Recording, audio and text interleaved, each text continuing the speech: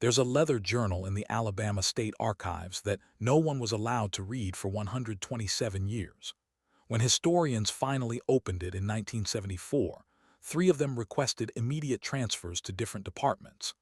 The journal belonged to a doctor who'd been called to a plantation outside Selma in 1847, and what he documented there was so disturbing that he wrote on the first page, "May God forgive me for not burning this. But someone must know what I witnessed, even if that knowledge comes a century after my death." The plantation was called Willowmere. The woman who owned it was named Elizabeth Crane, and what she created there wasn't just slavery. It was something worse, something that turned the already obscene logic of human bondage into a calculated nightmare that destroyed everyone it touched, including her own children. In 1847, on the banks of the Alabama River, Elizabeth Crane was orchestrating a breeding program that used her own sons as instruments. She kept meticulous records. She tracked bloodlines like a horse breeder. She separated families, forced unions between blood relatives, and built a system so methodical that even other plantation owners whispered about it in horrified fascination. But they never stopped her. Because in Alabama in 1847, enslaved people weren't human beings under the law. They were property. And what you did with your property was your own business. What makes this story particularly haunting is that Elizabeth Crane wasn't some sadistic monster who enjoyed cruelty. She was worse than that. She was a businesswoman who saw human beings as inventory, who calculated profit in children's lives, and who convinced herself that what she was doing was not just acceptable but innovative. She called it improvement. She called it efficiency. She called it the future of Southern agriculture. What she never called it was what it actually was, a crime against humanity so profound that the very earth at Willowmere seemed cursed by it. Before we go deeper into this darkness, understand something. This isn't entertainment. This is testimony. These were real people who suffered in ways that should make us sick to remember. And if you're still here, if you're willing to witness what happened at Willowmere Plantation, then you need to hear all of it. The comfortable lies we tell ourselves about history require the truth as their antidote. Subscribe if you believe that remembering is an act of resistance. Share this if you understand that forgetting the dead means killing them twice. The story begins not with Elizabeth Crane, but with her husband's death, and with the debt he left behind that would cost dozens of people their lives and their humanity. Willowmere Plantation occupied 8,400 acres along the Alabama River, about 12 miles south of Selma in Dallas County. The land was good, black soil that grew cotton like the river itself, was pumping wealth directly into the ground.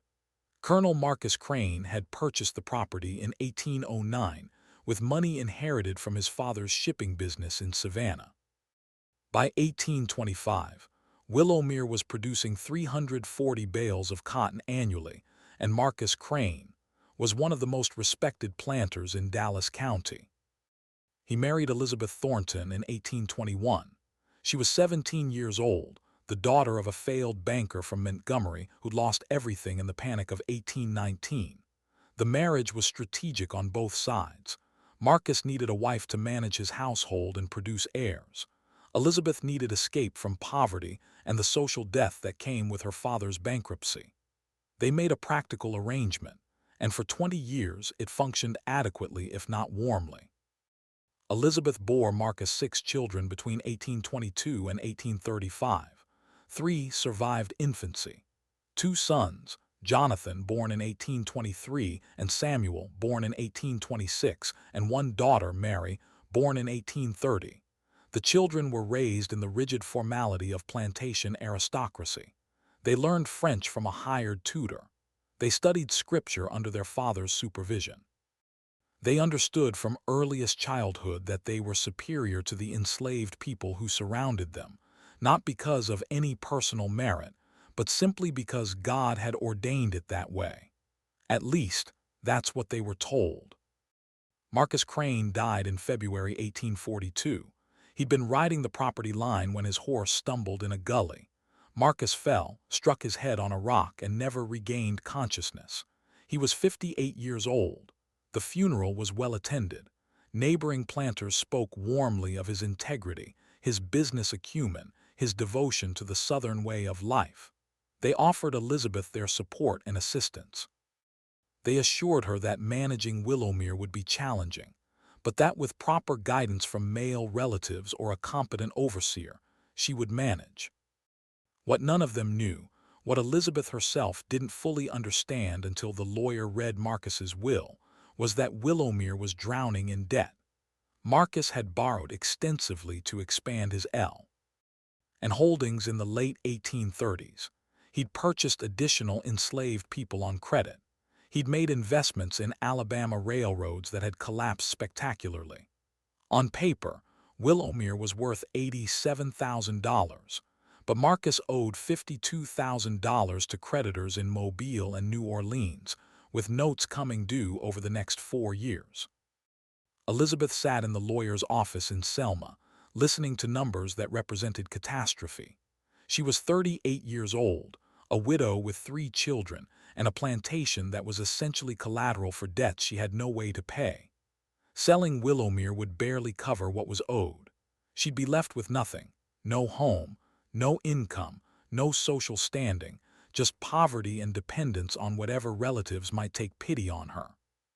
The lawyer, a thin man named Horace Pemberton, cleared his throat uncomfortably. "Mrs. Crane," he said, "there may be options. If you could increase production significantly, pay down the notes as they come due, you might retain ownership. But that would require substantial increases in output without additional capital investment. It would require," he paused, "maximum efficiency from your existing resources." Elizabeth understood what he meant. She needed to make her enslaved population more productive without buying additional workers. She needed to extract more labor, more value, more profit from the 63 people Marcus had owned, the 63 people she now owned. And she needed to grow that number without spending money on purchases. There was only one way to do that: breeding. Most plantations experienced what owners called natural increase. Enslaved women had children.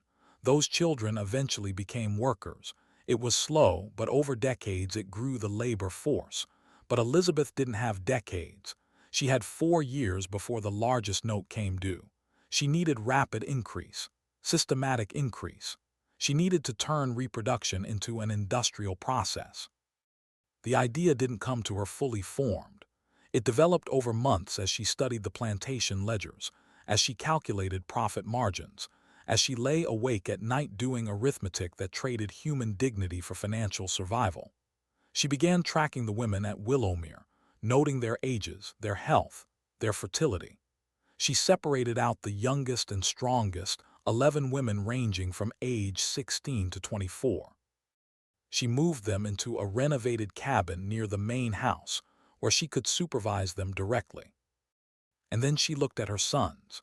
Jonathan was 19 years old in 1842, tall and lean with his father's serious demeanor. Samuel was 16, more volatile, quicker to anger. Both were young men of marriageable age in a community where eligible young women were scarce and required dowries Elizabeth couldn't afford. Both were bound to Willowmere by circumstance and family obligation. Both were, she realized with cold calculation, tools she could use. The first conversation happened in September 1842. Elizabeth called Jonathan into her study, the room where Marcus had once managed plantation business. She'd been managing it herself for 6 months by then, learning to read ledgers, to calculate yields, to make decisions about crop rotation and slave discipline. She discovered she was good at it, perhaps better than Marcus had been. She had a clarity he'd lacked. She wasn't sentimental about tradition or reputation. She focused on results. "Jonathan," she said, closing the ledger she'd been reviewing, "we need to discuss the future of Willowmere. You understand our financial situation." Jonathan nodded. His mother had been frank with him about the debt. He knew they were in danger of losing everything. "I've been considering how to increase our holdings without capital expenditure," Elizabeth continued. "The most efficient method is to grow our labor force through natural reproduction. but the natural rate is too slow. We need to accelerate it. She watched her son's face carefully as understanding dawned. Jonathan's expression shifted from confusion to comprehension to something that looked like physical illness. "Mother," he said slowly, "are you suggesting she cut him off. "I'm suggesting that you understand your duty to this family, that you recognize the reality of our situation, that you participate in ensuring our survival. The women I've selected are healthy and fertile. The children they bear will belong to Willowmere, will increase our wealth, will secure our future." Jonathan stood up abruptly. "This is obscene. It's wrong. Father would never have allowed it. Your father is dead." Elizabeth's voice hardened. "Your father left us in debt. Your father's traditional methods were leading us toward bankruptcy. I'm doing what's necessary to save this family, and you will help me, or you'll watch your sister starve when creditors take everything we own." The argument continued for hours, but Elizabeth Crane had already won. She knew her son's weak points: his sense of family duty, his fear of poverty, his lack of alternatives. Jonathan was 19 rs old, with no education beyond plantation life, no money of his own, no prospects beyond what Willowmere could provide. He was trapped, and his mother knew it. By October 1842, Jonathan Crane had entered the cabin where Elizabeth kept her selected women. He'd been assigned to a girl named Celia, 18 years old, born at Willowmere, strong from field work. Celia had been given no choice in the matter. She'd been told that compliance meant better food, lighter work, safety for what family she had left. Resistance meant punishment, separation from her younger sister, possible sale to the deep south where death came quickly in the cane fields. What happened in that cabin wasn't consent. It wasn't romance. It wasn't even the common brutality of masters taking enslaved women by force. It was something more coldly evil. It was organized, scheduled, recorded in ledgers with the same notation Elizabeth used for cotton yields and equipment maintenance. Jonathan came to the cabin 3 nights each week. Elizabeth tracked Celia's cycles to maximize chances of conception. When Celia became pregnant in December, Elizabeth noted it with satisfaction and moved Jonathan to the next woman on her list, a 20-year-old named Ruth. Samuel was brought into the system in early 1843. He was younger than Jonathan, more easily manipulated, and secretly relieved to have access to women without the social complications of courtship. Elizabeth recognized this about her younger son and used it. She presented the breeding program not as a moral compromise, but as a privilege, a natural right of ownership that he should exercise without guilt. Samuel accepted this narrative more readily than Jonathan ever had. Within 6 months, he'd fathered children with 3 different women. By the end of 1843, Elizabeth's system was fully operational. The selected women lived in the supervised cabin. Jonathan and Samuel rotated among them on schedules Elizabeth maintained in her private ledger. Pregnancies were monitored carefully. Women received better food during pregnancy, lighter work, access to the plantation's medical supplies. These incentives weren't kindness. They were Elizabeth's investment in inventory. A healthy baby was worth $400 by age 12. A dead infant was just a loss of capital. The horror of Willowmere wasn't just in what Elizabeth did to the enslaved women, though that was horror enough. It was in how she corrupted her own sons, turning them into instruments of systematic rape, destroying whatever capacity for moral resistance they might have possessed. Jonathan began drinking heavily by 1844. He performed his assigned duties in the breeding program but withdrew from all other aspects of plantation life. He rarely spoke at meals. He avoided his mother's eyes. He moved through Willowmere like a ghost, present but absent, alive but already dead inside. Samuel went in a different direction. He embraced the brutality. He convinced himself that enslaved women were fundamentally different from white women, that what he did in the cabin wasn't violation because his victims weren't fully human. This lie protected him from guilt, but made him dangerous. He began taking women outside the official program, forcing himself on field workers, ignoring his mother's schedules in favor of his own impulses. Elizabeth tried to rein him in, not from moral concern, but from fear that his lack of control would create complications.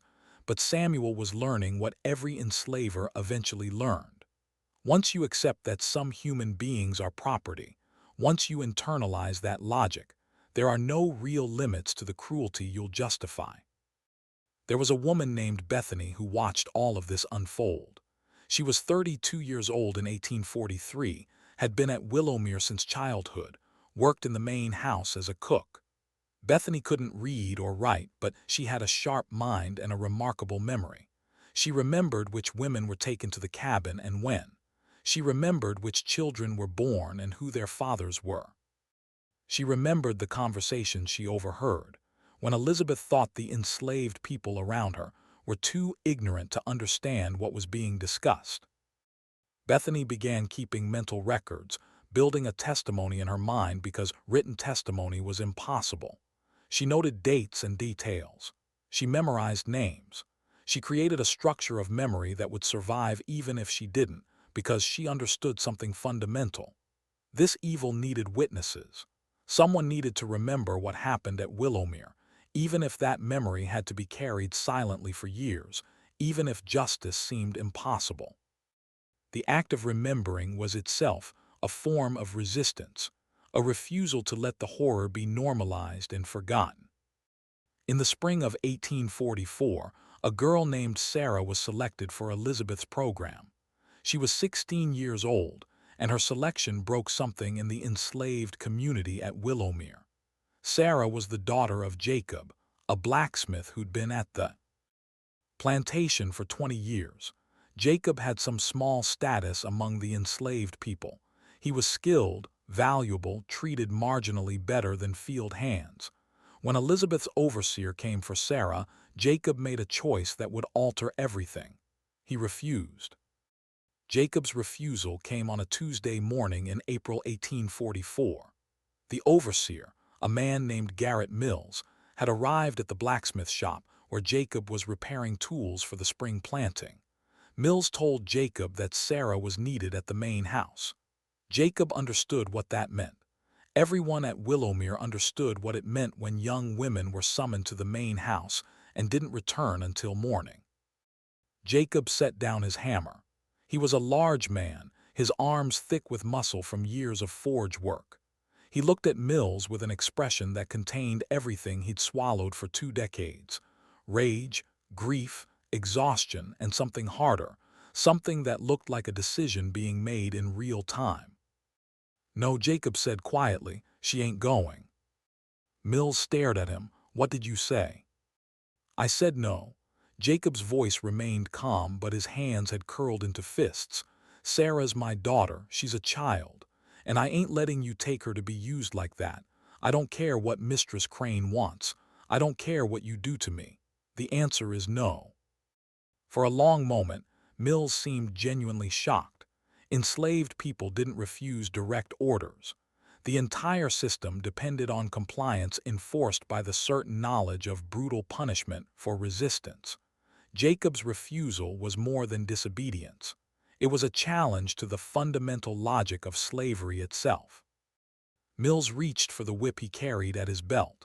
Jacob grabbed a poker from the forge, iron still glowing red at one end. The two men faced each other in the doorway of the blacksmith's shop, both understanding that whatever happened next would be irreversible. Other enslaved people had gathered, drawn by the commotion. They watched in silence, frozen between hope and terror. Mills saw the crowd and recognized his disadvantage. One man with a whip against a blacksmith with a weapon and witnesses. He backed away slowly. "This ain't over," he said. "Mistress Crane will hear about this." Jacob knew what was coming. There were no victories for enslaved people, only choices about how to lose. He'd bought Sarah some time, maybe hours, maybe a day, but Elizabeth Crane wouldn't tolerate defiance. The punishment would be severe, designed to terrify anyone else who might consider resistance. Jacob accepted this. Some things were worth dying for. Your child's innocence was one of them. Elizabeth learned about the incident within an hour. Her reaction was cold calculation rather than anger. Jacob's refusal represented a direct threat to her system. If one person could resist successfully, others would follow. She needed to make an example so brutal that no one at Willowmere would ever consider defiance again. But she also needed to be careful. Jacob was valuable. He was the only blacksmith at Willowmere, and blacksmiths were difficult to replace. Killing him would create practical problems. She needed punishment that would break him without destroying his usefulness, that would terrify the other enslaved people without reducing her labor force. She called Jonathan into her study that evening. "Your involvement is required," she told him. "There's been an incident, a refusal. It needs to be addressed publicly and severely." Jonathan looked at his mother with hollow eyes.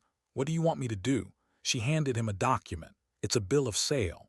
You're going to tell Jacob that his daughter will be sold to a slave trader heading to Louisiana. You're going to make him watch as she's loaded into a wagon. And then, after he's had time to understand what his defiance cost, you're going to inform him that the sale can be canceled if he apologizes publicly and ensures his daughter's compliance with our program." Jonathan stared at the paper in his hands. "Mother, it's necessary," Elizabeth interrupted.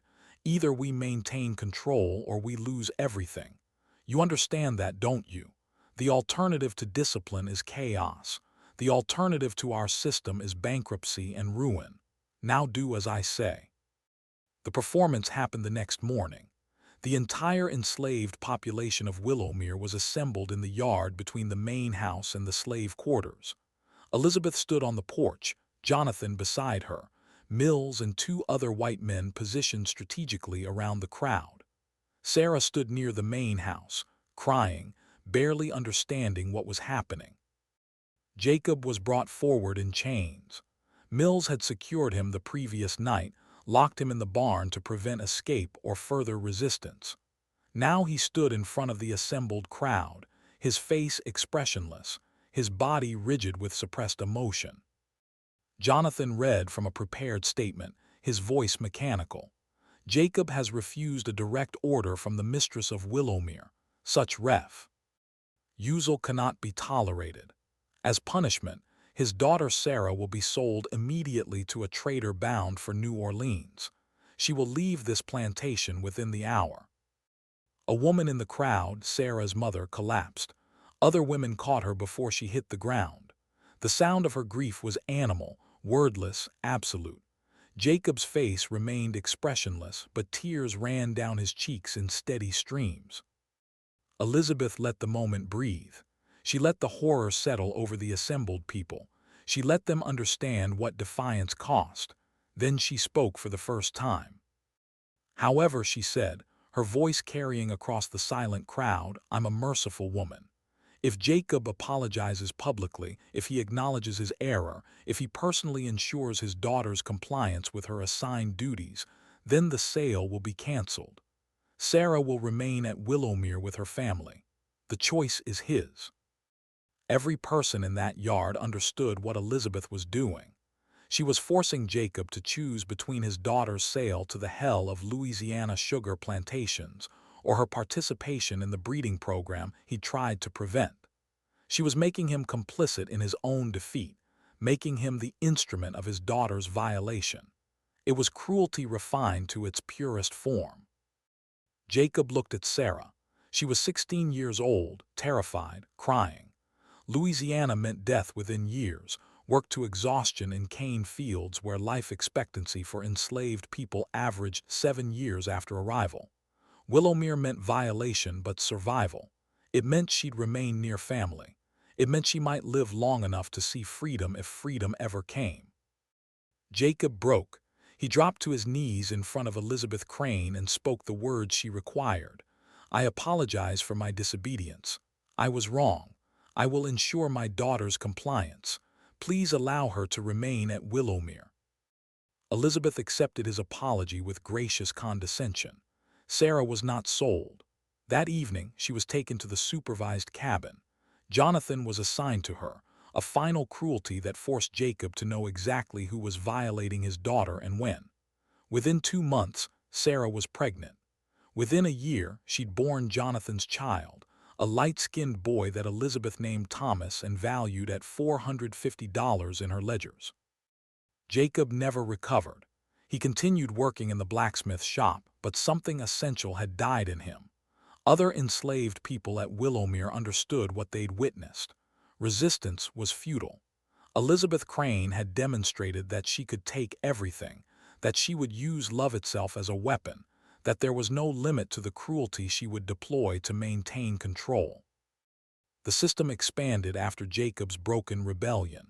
Elizabeth grew more confident, more brazen. By 1845, the supervised cabin held 18 women. Jonathan and Samuel had fathered 23 children between them. Elizabeth's ledgers showed these children as assets, projected their future value, calculated the return on her investment in better food and medical care for pregnant women. She'd successfully monetized rape, turned violation into profit, and created a self-perpetuating system that grew her wealth while requiring minimal capital expenditure. But Elizabeth wasn't satisfied with simple expansion. She began experimenting with controlled breeding among the children from her program. When the oldest girls reached puberty, she started planning their futures, matching them with boys based on desired characteristics. She was thinking in generations now, designing a multi-generational program that would create a distinctive population at Willowmere. People of mixed race trained from birth for skilled work, more valuable than field hands, more controllable than purchased workers who remembered freedom. There was a doctor named Nathaniel Morrison who served several plantations in Dallas County. He visited Willowmere regularly to treat sick workers, to supervise childbirth, to provide the minimal medical care that plantation owners invested in to protect their property. Morrison was 47 years old in 1847, originally from Pennsylvania, who'd moved south for economic opportunity and gradually accommodated himself to slavery's realities through a series of moral compromises that he justified as necessary pragmatism. But what he saw at Willowmere shocked him. Morrison had witnessed plenty of horror in his years serving plantations. He'd treated enslaved people beaten nearly to death. He'd delivered babies fathered by masters on enslaved women. He'd seen families separated on auction blocks. The brutality of slavery was familiar to him, and he'd learned to function within it by convincing himself that he was merely treating symptoms of a disease he couldn't cure. Willowmere was different. The level of organization, the systematic nature of Elizabeth's breeding program, the clinical record-keeping, the involvement of her own sons, it all combined into something that exceeded even slavery's normal horror. Hen Elizabeth showed him her ledgers, proud of her efficiency, explaining her multi-generational breeding plans. Morrison felt physically ill. He said nothing to Elizabeth. What could he say? She wasn't breaking any laws. Enslaved people were property. What owners did with their property was legally irrelevant. But that night, in the room Elizabeth provided for his stay, Morrison did something he'd never done before. He started keeping detailed notes about what he'd witnessed. He wrote about the supervised cabin, about the women living there, about the schedules Elizabeth maintained for her sons. He documented the light-skinned children he'd examined, noting their fathers' identities, their calculated values. He recorded conversations with Elizabeth where she explained her system with businesslike efficiency. And he wrote his own moral revulsion, his shame at witnessing such evil and doing nothing to stop it. Morrison kept these notes in a leather journal he'd been given as a medical school graduation present. On the journal's first page, he wrote the words that researchers would find 127 years later. "May God forgive me for not burning this. But someone must know what I witnessed, even if that knowledge comes a century after my death." He visited Willowmere 3 more times over the next 2 years. Each visit added more entries to his journal. He documented the expansion of Elizabeth's system, the increasing number of women in the supervised cabin, the growing population of mixed-race children. He also documented something else, the psychological destruction of Jonathan and Samuel Crane. Jonathan had essentially stopped speaking except when necessary. He performed his duties in the breeding program with mechanical compliance, but otherwise withdrew completely from life. He didn't attend church. He avoided social gatherings. He spent hours alone, riding Willowmere's boundaries as if looking for an escape that didn't exist. Morrison examined him once for persistent headaches and recognized the symptoms of profound depression. The young man was dying inside, killing himself slowly through alcohol and despair, unable to escape the horror he participated in, but unwilling to fully accept it. Samuel had gone in the opposite direction. He'd become cruel, not just participating in the breeding program, but expanding it through his own initiative. He took women outside the supervised cabin, violated field workers, ignored his mother's schedules in favor of his own impulses. He'd also become violent, beating enslaved people for minor infractions, using physical cruelty to assert dominance. Elizabeth tried to control him, worried that his excesses would create problems, but Samuel was beyond her control now. He'd internalized the logic of slavery so completely that he'd become a monster. Morrison documented all of this. He wrote about examining women who showed signs of physical trauma, about treating Sarah after Samuel had beaten her for imagined disrespect, about the fear he saw in every enslaved person's eyes at Willowmere. And he wrote about his own cowardice, his inability to act, his choice to bear witness rather than intervene. There was one entry from June 1847 that would later become particularly significant. Morrison described a conversation with Bethany, the cook who'd been keeping her own mental records. They'd been in the kitchen, and Morrison had been treating Bethany for a burned hand. She'd looked at him with eyes that held both intelligence and calculation. "Dr. Morrison," she'd said quietly, "you write things down in that journal, things you see here." Morrison had frozen, terrified that she'd report him to Elizabeth. "How do you know that?" he'd asked. "I see things," she'd replied. "I remember things. I know you come back from visiting and write in that book late at night." She paused. "What you write, is it true? Is it everything?" Morrison had nodded, unable to speak. Bethany had studied him for a long moment. "Then you need to keep it safe," she'd said. "Because someday someone needs to know what happened here. Someone needs to remember us. Not just what Mistress Crane did, but that we were people, that we had names, that we mattered." Morrison had promised he would. And he'd kept that promise, preserving his journal through the rest of his life, leaving instructions in his will that it be sealed and donated to the Alabama State Archives after his death. By the summer of 1847, Elizabeth's system had been operating for 5 years. She'd successfully navigated the debt crisis that had threatened Willowmere. Her creditors were being paid on schedule. Her plantation was now valued at over $100,000, with much of that increased value coming from the 89 children born through her breeding program. She'd proven, at least in economic terms, that her methods worked. But success built on horror is inherently unstable. Elizabeth had created a population of enslaved people who hated her with intensity that went beyond Norma. Plantation relationships. She'd corrupted her sons beyond redemption. She'd built a system that required constant violence to maintain. And she'd attracted attention, the kind of whispered speculation from neighboring plantation owners who wondered exactly how Elizabeth Crane had turned Willowmere's fortunes around so dramatically. Some of that attention was admiring. Other plantation owners, facing their own financial pressures, wanted to understand her methods. A few even approached her discreetly, asking for advice about increasing their own enslaved populations through natural means. Elizabeth provided that advice carefully, never explaining the full extent of her system, but offering hints about selection, supervision, and incentive structures. She was, in her own mind, an innovator sharing best practices. But other attention was darker. There were rumors about the light-skinned children at Willowmere, about the Crane sons' unusual devotion to their mother's plantation, about the supervised cabin and what happened there. Most white people in Dallas County chose to ignore these rumors. The alternative was acknowledging that slavery's logic led exactly where Elizabeth had taken it, and acknowledgement would require either action or complicity. Complicity was easier. The enslaved people at Willowmere didn't have the option of looking away.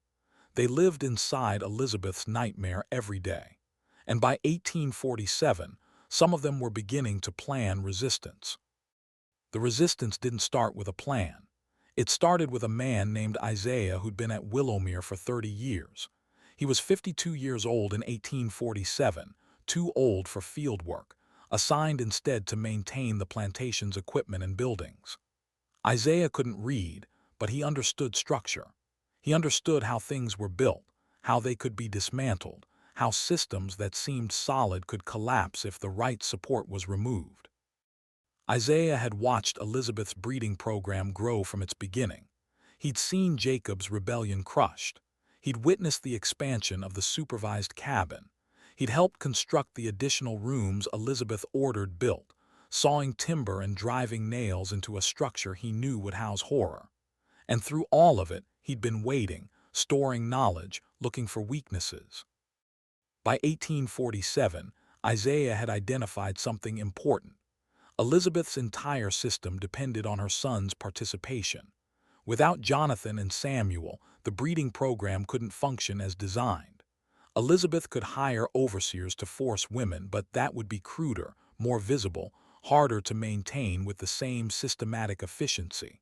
Her sons were essential tools, which meant her sons were vulnerabilities. Isaiah began talking carefully to other enslaved people at Willowmere, building trust, testing loyalty, identifying who might be willing to risk everything for the possibility of change. He was cautious, knowing that desperation sometimes made people dangerous, that someone might betray a resistance plan in exchange for Elizabeth's favor or just out of fear. But over months, Isaiah assembled a small group of people who understood that survival alone wasn't enough, that some things were worth dying for. Bethany was part of that group. So was Jacob, though his spirit had been broken and he contributed more as a symbol than an active participant. There was a woman named Clara who worked in the main house, who had access to Elizabeth's study and could report on the mistress's schedules and plans. There was a young man named Daniel who worked in the stables and knew the roads leading away from Willowmere. And there was Ruth, one of the women in the supervised cabin, who'd borne 3 children through the breeding program and whose rage had crystallized into something cold and calculating. They didn't plan rebellion in the traditional sense. They couldn't fight armed white men and win. They couldn't escape en masse without being hunted down and killed. But they could sabotage. They could create chaos. They could make Elizabeth's system too costly to maintain. And if they were very careful and very lucky, they might be able to destroy the breeding program itself. The first act of resistance was subtle. Ruth, who'd been tracking her own cycles as carefully as Elizabeth tracked them, began providing false information. She told Elizabeth she was fertile when she wasn't, claimed illness during actual fertile periods, and created enough confusion that the scheduling system became unreliable. Other women in the supervised cabin followed her lead. Within 3 months, the pregnancy rate at Willowmere dropped by nearly half. Elizabeth noticed but initially attributed it to natural variation. Then Clara, working in the main house, began making small errors in Elizabeth's record-keeping. She moved ledgers so entries were harder to find. She spilled water on pages, making ink run and numbers illegible. She subtly altered dates so Elizabeth's careful tracking system became corrupted. None of these acts were dramatic enough to warrant severe punishment, but cumulatively they degraded the efficiency Elizabeth prized.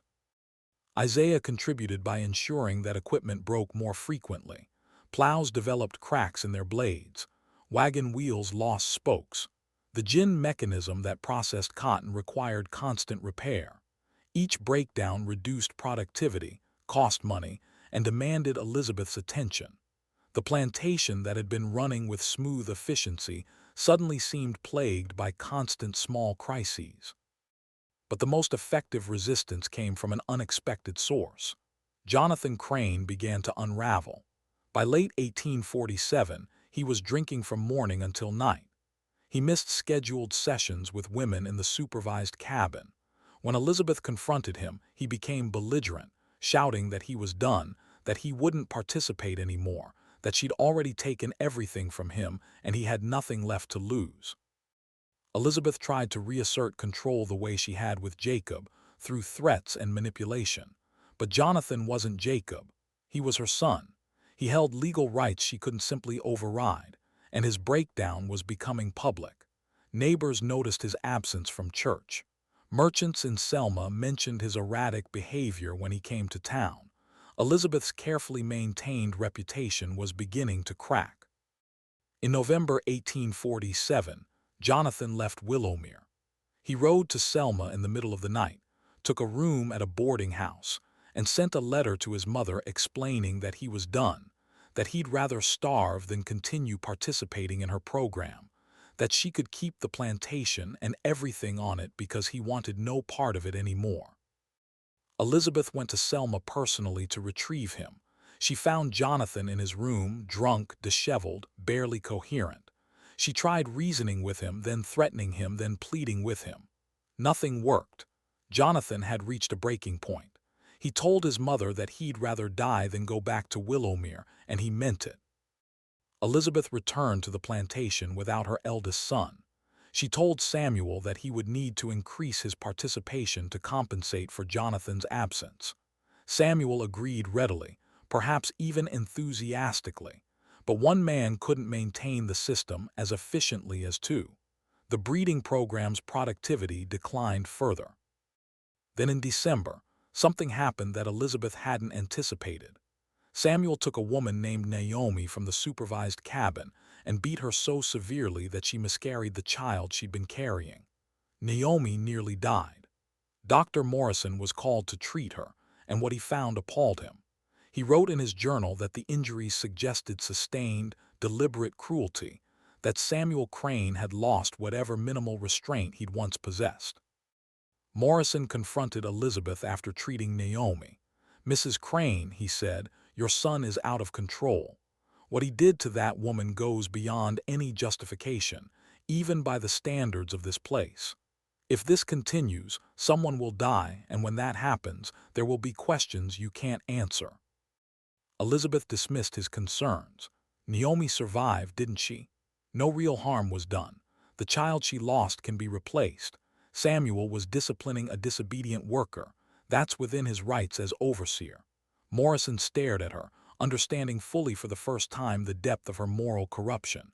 She genuinely didn't see the horror of what she'd created. She couldn't see it. Her entire identity was invested in the belief that her system was rational, necessary, justified. The doctor left Willowmere that day knowing he would never return. He wrote in his journal that night, "I can no longer provide medical care to a plantation that uses my services to perpetuate such evil. I am complicit through my continued participation. May God forgive me for the years I looked away." Without Morrison's medical support, Elizabeth's careful management of pregnancies and childbirths became more difficult. Women died in childbirth at higher rates. Infants died more frequently. The supervised cabin, which had been relatively healthy due to better food and medical care, became as dangerous as the rest of the plantation. The economic efficiency Elizabeth had built began collapsing. By early 1848, Willowmere was in crisis. Jonathan remained in Selma, refusing all contact with his family. Samuel was increasingly violent and unreliable. The enslaved population was engaged in slow, careful sabotage that degraded every aspect of plantation operations. And Elizabeth's creditors were beginning to ask questions about why productivity had declined so dramatically after years of steady growth. Elizabeth tried to regain control through increased violence. She hired brutal overseers who used whips freely. She implemented stricter surveillance. She separated families to punish suspected resistance. But violence only breeds more resistance. The more cruel she became, the more determined the enslaved people at Willowmere became to destroy her system. even if destroying it meant their own deaths. In March 1848, there was a fire. It started in the supervised cabin in the middle of the night. The building burned completely, taking with it all of Elizabeth's special accommodations for her breeding program. No one died, the women got out safely, but the message was clear. The enslaved people at Willowmere had moved from passive sabotage to active destruction. Elizabeth had the cabin rebuilt, but it burned again 3 weeks later. After the second fire, she posted guards overnight. The fire stopped, but other acts of resistance continued. Equipment disappeared. Crops were damaged in ways that looked like accidents. The new overseer she'd hired was found unconscious in the barn, beaten so severely he left Willowmere as soon as he could travel. Isaiah and his resistance group had discovered something powerful. Elizabeth needed them more than they needed her. She couldn't run Willowmere without enslaved labor. She couldn't punish everyone without destroying her own labor force. She couldn't maintain control through violence alone, because violence required resources and attention she couldn't sustain indefinitely. The balance of power hadn't shifted completely, but it had shifted enough that Elizabeth's system was no longer sustainable. In April 1848, Elizabeth Crane made a decision born of desperation. She announced that the breeding program was ending. The supervised cabin would be demolished. The women there would return to field work. Her sons would no longer be involved in plantation management. Willowmere would operate as a traditional cotton plantation without the systematic breeding that had defined it for 6 years. She presented this decision as a voluntary choice, a practical adjustment to changing circumstances. But everyone at Willowmere understood the truth. The enslaved people had won, not completely, not freedom, but they'd destroyed the specific horror Elizabeth had created. They'd forced her to abandon the system she'd invested years building. It wasn't justice, but it was something. It was proof that resistance was possible, that even enslaved people had power if they were willing to use it. The celebration among the enslaved population was muted and private. They understood that Elizabeth still owned them, that slavery itself continued, that their lives remained brutal and constrained. But they'd removed one specific evil. They'd saved future daughters from the supervised cabin. They demonstrated that even the most carefully designed system of oppression could be dismantled by determined resistance. Bethany, who'd kept mental records throughout, added a final entry to her internal testimony. She remembered the fires, the sabotage, the careful coordination that had forced Elizabeth to surrender. She remembered Isaiah's patience, Ruth's courage, Clara's subtle destruction of records. She remembered that resistance had worked, and she held that memory like a promise that someday, somehow, larger resistance might work too. But the story doesn't end with Elizabeth's surrender, because even defeated systems leave damage that persists for generations. And what happened at Willowmere between 1842 and 1848 created consequences that would echo long after the plantation itself disappeared. The children born through Elizabeth's breeding program didn't disappear when the system ended. They remained at Willowmere, growing up as enslaved people, but carrying the visible evidence of their origins. By 1850, there were 89 children aged 8 and younger who bore the features of the Crane family. Light skin, straight or wavy hair, eyes that reflected their father's bloodlines. They were living reminders of what had happened, human documents of Elizabeth's systematic evil. Elizabeth tried to erase the evidence. She sold some of the older children to distant plantations, separating them from their mothers, scattering them across Alabama and Mississippi so that no single location held too many witnesses. She falsified records, burned ledgers, destroyed documentation that explicitly connected her sons to specific children. She was attempting to bury the truth before it could fully emerge. But memory doesn't erase as easily as paper burns. The enslaved people at Willowmere remembered. They told their children. They passed down stories that named names, that identified fathers and mothers, that preserved testimony even when official records were destroyed. Bethany, still keeping her mental archive, added these new details. The cover-up itself became part of the history that needed preserving. Jonathan never returned to Willowmere. He remained in Selma, working odd jobs, drinking heavily, dying slowly of despair and alcohol poisoning. On a February night in 1851, he was found dead in his boarding house room. He was 28 years old. The official cause of death was listed as heart failure, but everyone who'd known him understood he'd died of shame, of guilt, of the psychological weight of participating in horrors he couldn't undo or escape. His few possessions were returned to Elizabeth. Among them was a small notebook filled with Jonathan's handwriting. Elizabeth read 3 pages, saw her son's self-recriminations and detailed accounts of the breeding program, and immediately burned it. But not before Clara, who was present when the possessions arrived, glimpsed enough to report to Bethany what it contained. Another document destroyed. Another piece of testimony preserved through memory. Samuel remained at Willowmere, but he was a broken man in a different way than Jonathan. The violence he'd embraced had consumed him. By 1850, he was brutal to everyone around him, including white overseers, neighboring planters who visited, even his mother. He'd become someone Elizabeth couldn't control, someone whose cruelty was becoming a liability rather than an asset. In 1852, Samuel beat an enslaved man so severely that the man died. This crossed a line. Even in Alabama, even in a society built on slavery's violence, there were nominal legal constraints on killing enslaved people. They were property, and destroying property had consequences, especially when witnesses existed and rumors spread. Elizabeth had to act quickly to protect her son from prosecution. She sent Samuel to Texas, to distant relatives who operated a ranch far from Alabama's Plantation society. She paid them to keep him employed and supervised, essentially buying his exile. Samuel left Willowmere in July 1852 and never returned. He died in Texas in 1859, shot in a dispute over a card game, violent until the end. With both her sons gone, Elizabeth faced a fundamental problem. Willowmere required management and she was aging. She was 54 years old in 1852, still sharp mentally but physically declining. The plantation needed oversight she could no longer provide alone. She hired a series of overseers, but none stayed long. Willowmere had a reputation by then. Stories circulated about what had happened there, about the light-skinned children, about the Crane sons and why they'd left. Decent men didn't want to associate with the plantation.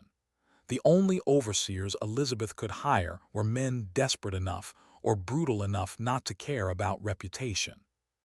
The plantation's productivity continued declining. Cotton yields dropped. The enslaved population, emboldened by their successful resistance to the breeding program, worked slowly and carefully, maintaining just enough productivity to avoid severe punishment but nothing more. They understood that Elizabeth's power was waning, that time was on their side, that the system holding them was weakening. In 1854, Elizabeth suffered a stroke. It left her partially paralyzed, able to speak but with difficulty, able to move but requiring assistance. Her daughter Mary, who'd married and moved to Montgomery in 1848, returned to Willowmere to care for her mother. Mary was 24 years old, and she'd been largely sheltered from the full extent of what Elizabeth had created. She'd known about the breeding program in general terms, but not the systematic details, not the careful records, not the multi-generational planning. When Mary found her mother's remaining ledgers, the ones Elizabeth hadn't destroyed, she was horrified. She read entries that valued children like livestock, that scheduled her brother's participation in systematic rape, that projected profits across generations. She confronted Elizabeth, demanding to know how her mother could have done such things. Elizabeth, struggling with speech, managed to articulate what she'd always believed. It was necessary. It saved the family. It was efficient. Everyone benefits from slavery. I just made it work better. I made us wealthy. I protected you. Mary left the room unable to respond. She spent days wrestling with what she'd learned, trying to reconcile the mother who'd raised her with the woman who'd orchestrated such calculated evil. Eventually, she reached a conclusion.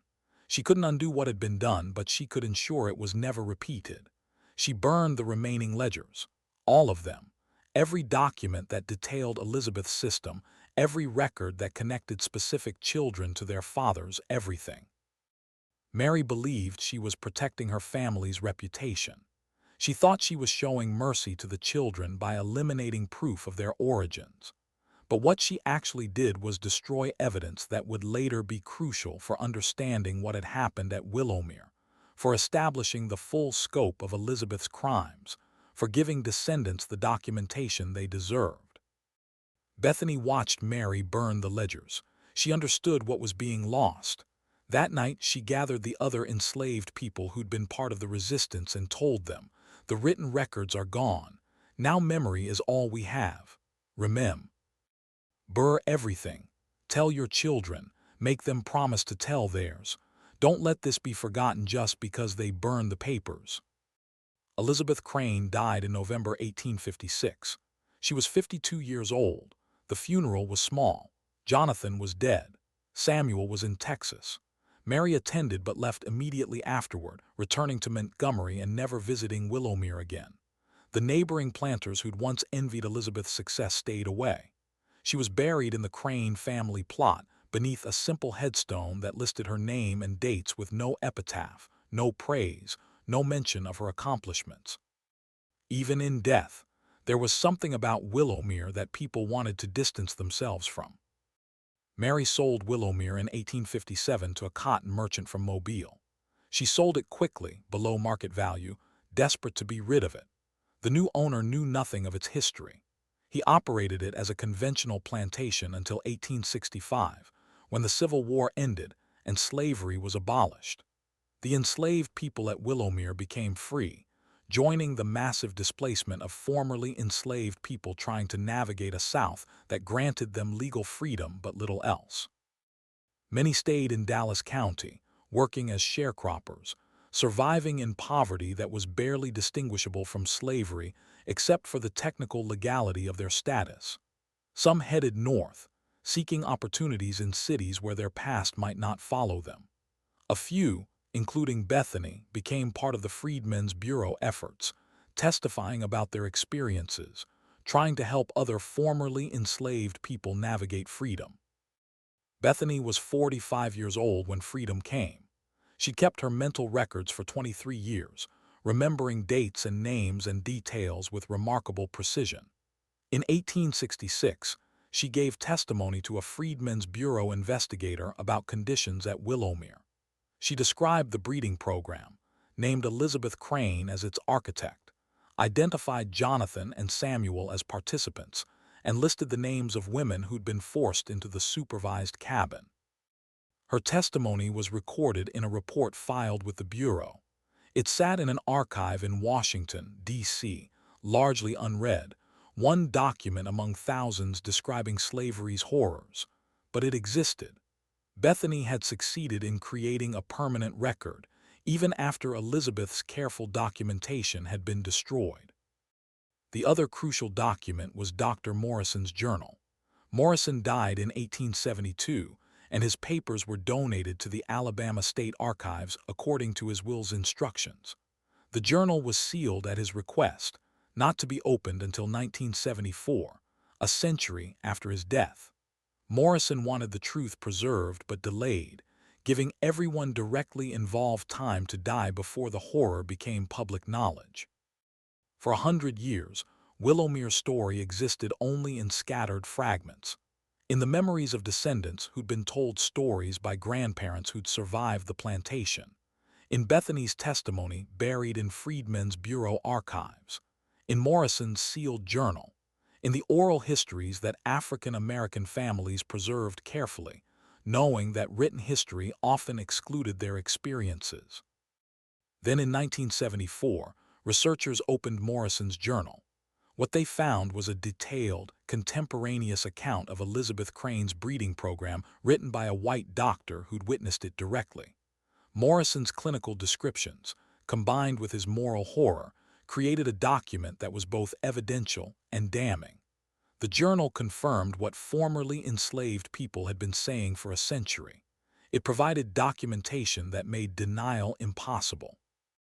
The researchers cross-referenced Morrison's journal with other archives. They found Bethany's Freedmen's Bureau testimony. They located property records showing Willowmere's ownership history. They tracked down descendants of people who'd been enslaved there, collecting oral histories that matched Morrison's written account with remarkable consistency. Slowly, carefully, they reconstructed what had happened at Willowmere between 1842 and 1848. The story became public in 1977 when a historian named Dr. Patricia Reynolds published an article in the Journal of Southern History titled Systematic Breeding and Family Corruption: The Willowmere Plantation Case, 1842-1848. The article was explosive. It documented everything: Elizabeth's debt crisis, her decision to use her sons in a breeding program, the supervised cabin, the resistance that eventually destroyed the system, the aftermath. Reynolds's article sparked intense debate. Some scholars questioned whether the evidence was sufficient, whether Morrison's journal might be exaggerated, whether oral histories collected a century after events could be reliable. But most historians recognized the documentation's strength. Multiple sources, including both white and black testimony, contemporary and retrospective accounts, all telling consistent stories. Willowmere had happened exactly as described. The publication also affected descendants. Some welcomed the historical recognition, feeling that their ancestors' suffering was finally being acknowledged. Others found the exposure painful, struggling with the public knowledge that their family history included systematic rape and forced breeding. There was no easy way to process such revelation, no clean resolution to trauma that had echoed across generations. What happened at Willowmere wasn't unique. Similar programs existed on other plantations, though rarely documented as thoroughly. Elizabeth Crane's innovation wasn't inventing the breeding of enslaved people that happened throughout the South, but systematizing it, applying business logic to violation, using her own sons as tools, and maintaining records that exposed the calculated nature of slavery's sexual violence. The Willowmere story forces confrontation with uncomfortable truths. That slavery wasn't just labor exploitation but systematic destruction of families, bodies, and identities. That even familial bonds could be corrupted by slavery's logic. That women like Elizabeth Crane could orchestrate horror while believing themselves practical and moral. That systems of oppression persist not just through violence but through everyone's complicity, through the choice to look away, to not ask questions, to accept comfortable lies rather than demanding difficult truths. The site where Willowmere stood is now farmland, cotton still growing in the same soil where enslaved people once worked. There's no historical marker, no memorial, nothing to indicate what happened there. Most people driving past have no idea that this quiet stretch of Alabama countryside was once the location of systematic horror. The physical evidence is gone. But the documentary evidence remains, preserved in archives where researchers continue studying it, trying to understand not just what happened but why, and what it reveals about American history's darkest chapters. Here at the Sealed Room, we don't tell these stories for entertainment. We tell them because forgetting the dead means killing them twice. Because comfortable narratives about the past require uncomfortable truths as their correction. Because understanding how evil systems functioned is essential to preventing their recurrence. Elizabeth Crane believed her system was rational, necessary, justified. She was wrong. But her confidence in her own righteousness should terrify us because it reveals how easily humans rationalize horror when it serves their interests. The children born through Willowmere's breeding program had descendants. Those descendants are alive today, carrying genetic and historical legacies of what Elizabeth Crane created. Some know their history, others don't. The stories lost as families moved, as generations passed, as trauma proved too painful to discuss. But the history exists whether individuals know it or not, shaping lives in ways both visible and invisible. What do we do with such knowledge? How do we reckon with evil that was legal in its time but unconscionable by any moral standard? How do we honor victims while acknowledging the complexity of survival and resistance? There are no easy answers, but the first step is remembering, bearing witness, refusing to let horror be sanitized into comfortable historical narratives that exclude the voices of those who suffered most. Bethany spent 23 years keeping mental records because she understood something fundamental. Memory is resistance. Testimony is power. The act of remembering, of preserving truth even when documentation is destroyed, even when systems try to enforce forgetting, that act is itself a form of justice. Imperfect justice. Incomplete justice. But justice nonetheless. If you've made it to the end of this story, you're now a witness too. You know what happened at Willowmere. You know what Elizabeth Crane created and what the enslaved people there destroyed through careful, courageous resistance. You know that American history includes horrors we're still learning to confront honestly. What you do with that knowledge matters. Share this story. Talk about it. Let it challenge your assumptions about the past and the present. Because systems of oppression don't disappear, they evolve. And understanding their historical forms helps us recognize their contemporary manifestations. Subscribe if you believe the darkest truths deserve the brightest light. Share this with someone who needs to understand that history's horrors were real, were systematic, and were perpetrated by people who believed themselves righteous. And remember the names. Remember Bethany, who kept faith that truth would matter. Remember Isaiah, who organized resistance when resistance seemed impossible. Remember Jacob, who chose his daughter's survival even at the cost of his own spirit. Remember all the people whose names we don't know, who suffered at Willowmere, and whose testimony has been lost but humanity remains. The truth is patient. It waits in archives. It lives in descendants' memories. It survives in stories that refuse to die. And eventually, always, it emerges. What happened at Willowmere Plantation between 1842 and 1848 was real. Elizabeth Crane was real. The systematic breeding program was real. The resistance was real. The aftermath was real. And the obligation to remember is real too. Thank you for bearing witness. Thank you for not looking away. Thank you for understanding that some stories must be told, no matter how painful, because the alternative to difficult truth is comfortable lies. And comfortable lies are how evil systems persist across generations.